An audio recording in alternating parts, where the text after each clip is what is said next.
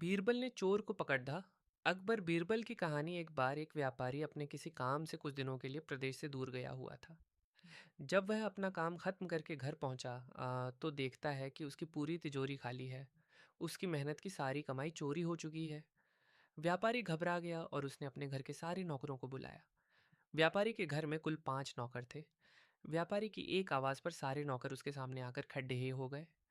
व्यापारी ने उनसे पूछा, तुम लोगों के होते हुए घर में इतनी बड़ी चोरी कैसे हो गई? जब चोर आकर मेरी पूरी तिजोरी साफ कर गया, उस समय कहाँ थे सब के सब? एक नौकर ने जवाब दिया, हमें नहीं पता ये चोरी कब हुई मालिक, हम सो रहे थे। उसकी ये बात सुनकर व्यापारी गुस्से से आग बबूला हो उठा और बोला, मुझे तो लगता है कि तुम 5 में से किसी एक ने ही चोरी की है। तुम्हारा हिसाब अब बादशाह अकबर ही करेंगे। यह कहता हुआ वो महल की ओर चल बढ़ा। बादशाह अकबर अपने दरबार में बैठकर जनता की समस्या सुन रहे थे कि तभी व्यापारी वहां पहुंच गया। व्यापारी ने कहा, न्याय हुजूर, न्याय, मेरी समस्या को दूर करें। बादशाह ने पूछा, क्या हुआ? कौन हो तुम और क्या है तुम्हारी समस्या? व्यापारी बोला, मैं आप ही के राज्य में रहने वाला एक व्यापारी हूँ महाराज। एक ज़रूरी काम से कुछ दिनों के लिए प्रदेश से बाहर गया था। जब वापस आया तो मेरी सारी तिजोरी लुट चुकी थी। मैं बर्बाद हो गया हुजूर, मेरी मदद करें।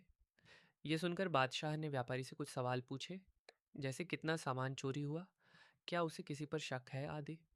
सवालों के जवाब मिलने के बाद अकबर ने व्यापारी का मामला बीरबल को सौंप दिया और कहा कि असली चोर को पकड़ने में बीरबल उसकी मदद करेंगे। अगले दिन बीरबल व्यापारी के घर पहुंचे। उन्होंने सभी नौकरों को बुलाया और उनसे पूछा कि चोरी की रात वो सभी कहाँ थे।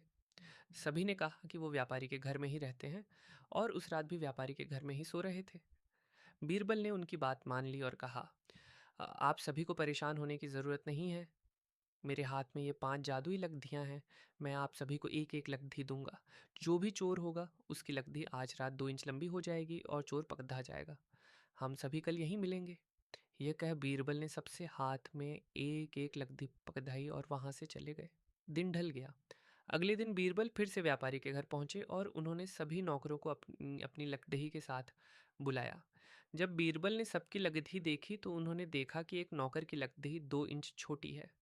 बस फिर क्या था?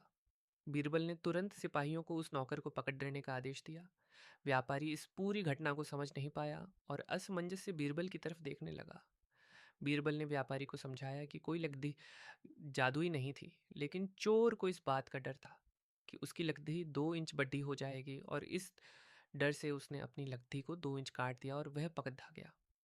व्यापारी बीरबल की चतुराई से बहुत प्रभावित हुआ और उसका धन्यवाद किया। सीख: गलत काम चाहे जितना भी चतुराई से किया जाए, लेकिन वो सभी की नज़रों में आ जाता है और उसका अंजाम हमेशा बुरा ही होता है।